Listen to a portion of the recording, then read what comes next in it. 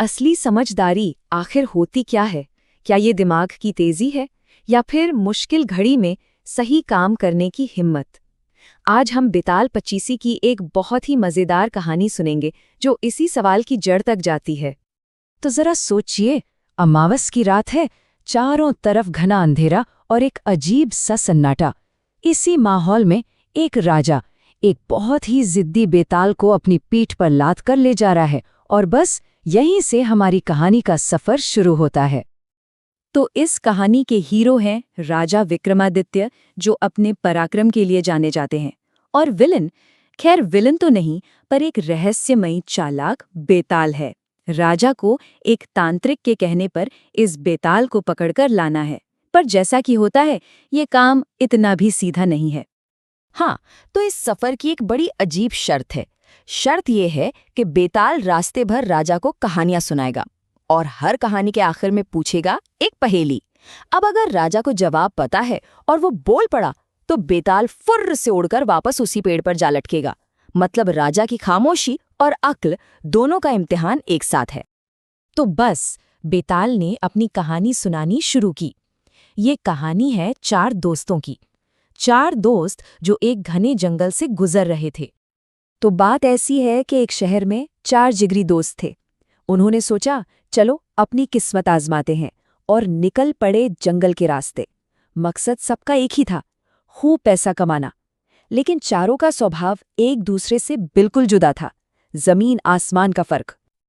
अच्छा, तो कौन थे ये 4 दोस्त? चलिए मिलते हैं इनसे। पहला दोस्त था शरीर से बहुत ही बलवान। दूसरा, जिसका दिमाग कंप्यूटर की तरह तेज था, हर बात का एनालिसिस करता था। तीसरा था नीति शास्त्र का ज्ञानी, जिसे सही गलत की जबरदस्त परख थी। और चौथा, उसे सब थोड़ा भोला या कम अकल समझते थे, पर हिम्मत उसमें कमाल की थी। अब वो जंगल में आगे बढ़ ही रहे थे कि उन्हें कुछ ऐसा मिला जिसने ना सिर्फ उनकी दोस्ती बल्कि उनके कैरेक्टर को भी कसौटी पर खड़ा कर दिया। और वो क्या था? घने जंगल के बीचों बीच उन्हें जमीन में गड़ा हुआ एक खजाना मिला। सोचिए जरा, सोने और जवाहरात से लबालब भरा एक संदूक। एक पल में ऐसा लगा जैसे उनकी तो किस्मत ही खुल गई। लेकिन खजाना देखते ही सबके दिमाग अलग अलग दौड़ने लगे। जो तेज बुद्धि वाला था उसने फौरन कहा, अरे रुको, खोदने से पहले जरा सोच तो लें। और जो नीति शास्त्र वाला था उसे चिंता हुई, भाई ये तो राजा की संपत्ति भी हो सकती है। मतलब दोनों को खतरे की बू आ गई थी। और तभी वो साहसी दोस्त, जिसे सब भोला समझते थे, उसने एक सीधी सी बात कही। बोला, अरे जो मिलेगा वही अपनी किस्मत। उसकी सोच में कोई लाग लपेट नहीं थी, जो है सामने है। पर जैसे ही उन्होंने वो संदूक जमीन से बाहर निकाला, अचानक वहां राजा के सिपाही आ धमके। अब सीन एकदम पलट गया। जो चीज पल भर पहले किस्मत का तोहफा लग रही थी, अब वो जान की आफत बन चुकी थी। और बस इसी मुश्किल घड़ी में पता चलने वाला था कि कौन कितना पानी में है। असली इम्तिहान तो अब शुरू हुआ था। सिपाहियों को देखते ही सबके होश उड़ गए। जो बलवान था वो अपनी ताकत भूलकर भागा। जो तेज दिमाग वाला था उसने भी भागने में ही भलाई समझी। और वो नीति शास्त्र का ज्ञानी, वो भी अपना सारा ज्ञान वहीं छोड़कर रफू चक्कर हो गया। लेकिन वो चौथा दोस्त, वो साहसी, जिसे सब कम अकल समझ रहे थे, वो अपनी जगह पर चट्टान की तरह खड़ा रहा। वो भागा नहीं।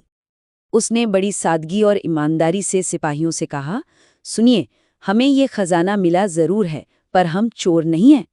उसकी आवाज में डर का नामो निशान नहीं था, सिर्फ सच्चाई का भरोसा था। जब ये पूरी बात राजा तक पहुंची तो वो उस लड़के की ईमानदारी से इतने खुश हुए कि सजा देना तो दूर, उसे इनाम देकर सम्मान के साथ भेजा। कहते हैं ना, सच की हमेशा जीत होती है। तो कहानी खत्म हुई और बेताल ने राजा से अपनी पहेली पूछी, क्यों राजन, अब बताओ, उन चारों दोस्तों में सबसे समझदार कौन था? वो बलवान या तेज दिमाग वाला, नीति शास्त्री या फिर वो साहसी? तो असल में पहेली ये है कि ज्यादा बड़ी चीज क्या है? दिमाग जो खतरे को पहले ही भांप ले और सोचने पर मजबूर करे, या फिर हिम्मत जो मुश्किल से मुश्किल हालात में भी ईमानदारी और सच्चाई के रास्ते पर टिके रहने की ताकत दे? तो फिर असली समझदारी किसे कहेंगे? क्या है इस कहानी का निचोड़?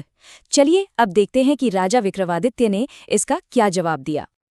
राजा विक्रम ने जवाब दिया, सबसे बुद्धिमान वो साहसी था, क्योंकि जब मुश्किल आई तो उसने सच और सब्र दोनों का दामन नहीं छोड़ा। जहां बड़ी बड़ी ताकत और तेज दिमाग डर के आगे फेल हो गए, वहां सिर्फ उसकी हिम्मत ही काम आई। राजा ने बिल्कुल साफ कर दिया कि असली समझदारी सिर्फ सोचने में नहीं, बल्कि मुश्किल हालात में सही एक्शन लेने में है। इसीलिए वो बहादुर दोस्त ही असल में समझदार था। और जैसे ही राजा ने ये जवाब दिया, शर्त के मुताबिक बेताल उनकी पीठ से उड़कर वापस चला गया। तो इस पूरी कहानी का निचोड़ क्या निकला? ये कि सच्ची समझदारी 3 चीजों से मिलकर बनती है। पहली सत्य, दूसरी धैर्य और तीसरी इन दोनों पर टिके रहने का साहस, खासकर तब जब हालात आपके खिलाफ हों। ये कहानी भले ही सदियों पुरानी हो, पर इसकी सीख आज भी उतनी ही सच्ची है। जरा सोच कर देखिए, आज की इस भागदौड़ वाली दुनिया में जहां हर तरफ प्रेशर और चुनौतियां हैं, ऐसी समझदारी असल में कैसे दिखेगी?